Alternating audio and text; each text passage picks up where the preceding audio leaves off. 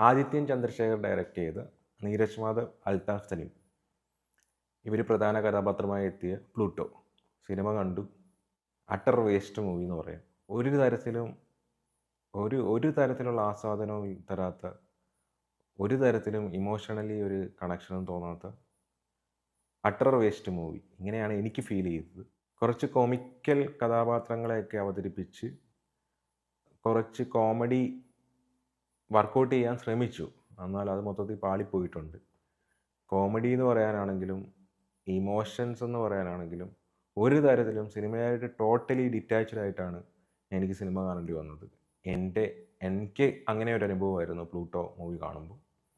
തിയേറ്ററിൽ പോയി കാണാൻ വർത്താണോ എന്ന് ചോദിച്ചാൽ അല്ല എന്ന് ഞാൻ പറയും. അജു വർഗീസാണ് വില്ലനായിട്ട്. അജു വർഗീസിനെ ഒരു കൊമിക്കൽ കഥാപാത്രമായിട്ടൊക്കെയാണ് അവതരിപ്പിച്ചേക്കുന്നത്. എന്നാൽ ഒന്നും അങ്ങോട്ട് എന്താ പറയുക, അവർ എന്തൊക്കെയോ ശ്രമിച്ചിട്ടുണ്ട് വർക്കൗട്ട് ചെയ്യാൻ. ബട്ട് ശ്രമിച്ചതൊന്നുമേ ഇംപ്ലിമെൻറ്റേഷൻ പാളിപ്പോയി ടോട്ടലി. നമ്മുടെ പ്രേക്ഷകരിലേക്ക് അത് എത്തുന്നില്ല, കണക്റ്റ് ആവുന്നില്ല.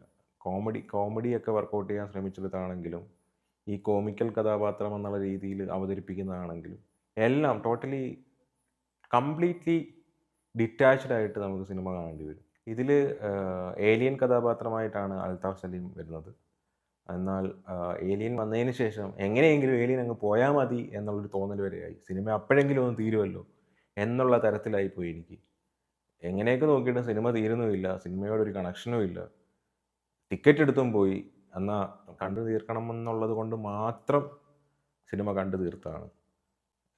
ഒരു ക്ഷമയുമില്ലായിരുന്നു എനിക്കിരുന്ന് കാണാൻ. അത് ടോട്ടലി കംപ്ലീറ്റ്ലി ഡിറ്റാച്ച്ഡ് ആയിപ്പോയി സിനിമയായിട്ട്.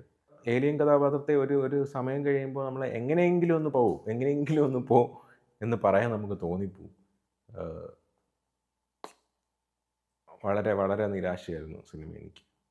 സിനിമ കണ്ടവരുണ്ടെങ്കിൽ നിങ്ങളുടെ കമൻറ്റ് രേഖപ്പെടുത്തുക.